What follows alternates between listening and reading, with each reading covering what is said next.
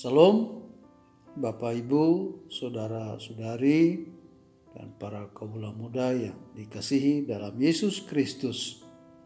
Saya bersama dengan anak saya, Baptiste Noel de la Elu, mengajak kita mengikuti renungan harian yang dikeluarkan oleh Sinode Gereja Kristen Oikumene di Indonesia dengan berpedoman pada pola pembacaan 4M, yaitu menerima, merenungkan, melakukan, dan membagikan.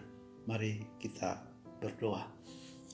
Bapa di sorga, kami bersyukur karena rahmat-Mu yang baru selalu diberikan pada setiap hari yang baru. Karena itu kami masuki seluruh kegiatan kami sepanjang hari ini berdasarkan firman Tuhan yang menjadi pedoman satu-satunya dalam hidup kami.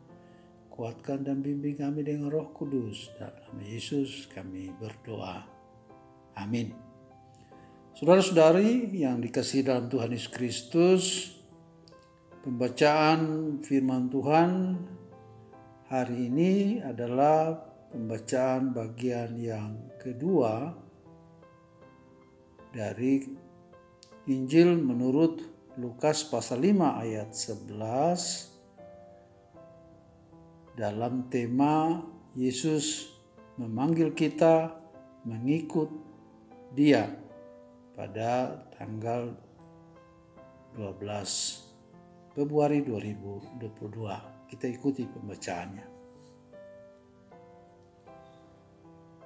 Dalam Lukas 5 ayat 11, dan sesudah mereka menghela perahu-perahunya ke darat, mereka pun meninggalkan segala sesuatu lalu mengikut Yesus.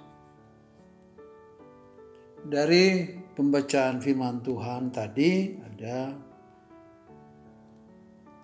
dua pertanyaan yang perlu dijawab. Yang pertama, apakah yang dirasa rugi ketika mereka meninggalkan perahu yang berisi penuh ikan?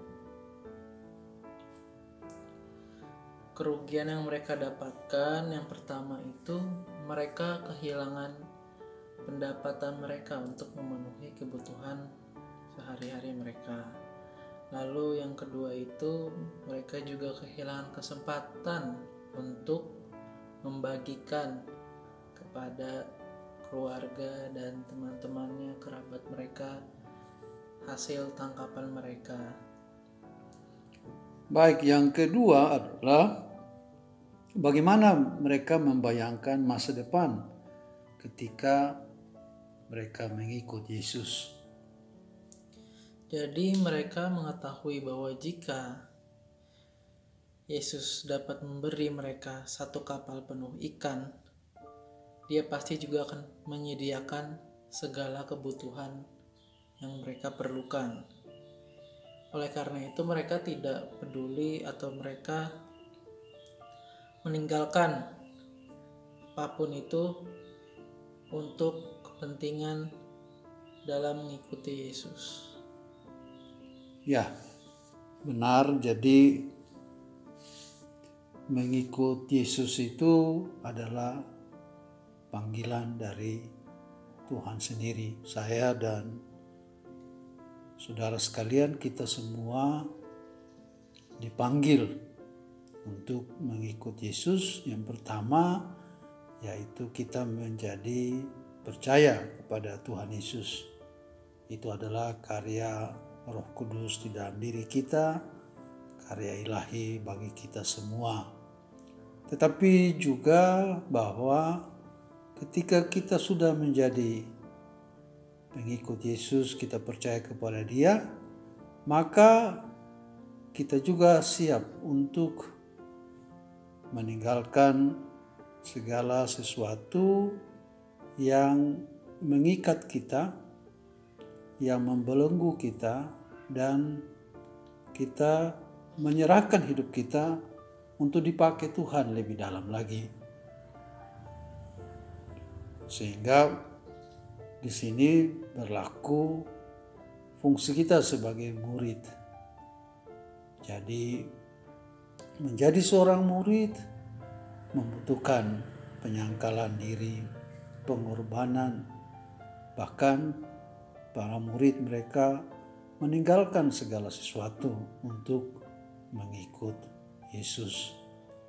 Jadi karena itu ketika kita sungguh-sungguh mau untuk belajar lebih dalam lagi mengikuti Yesus, maka tentunya kita butuh pengorbanan dari segi waktu, pikiran, tenaga kita berikan untuk Tuhan.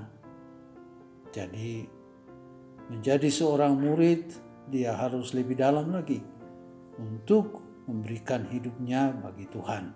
Sehingga ketika kita berkecimpung di dalam kehidupan bergereja, maka hal ini akan terlihat bagaimana kita dipakai Tuhan semakin bertambah-tambah untuk menjadi berkat bagi banyak orang.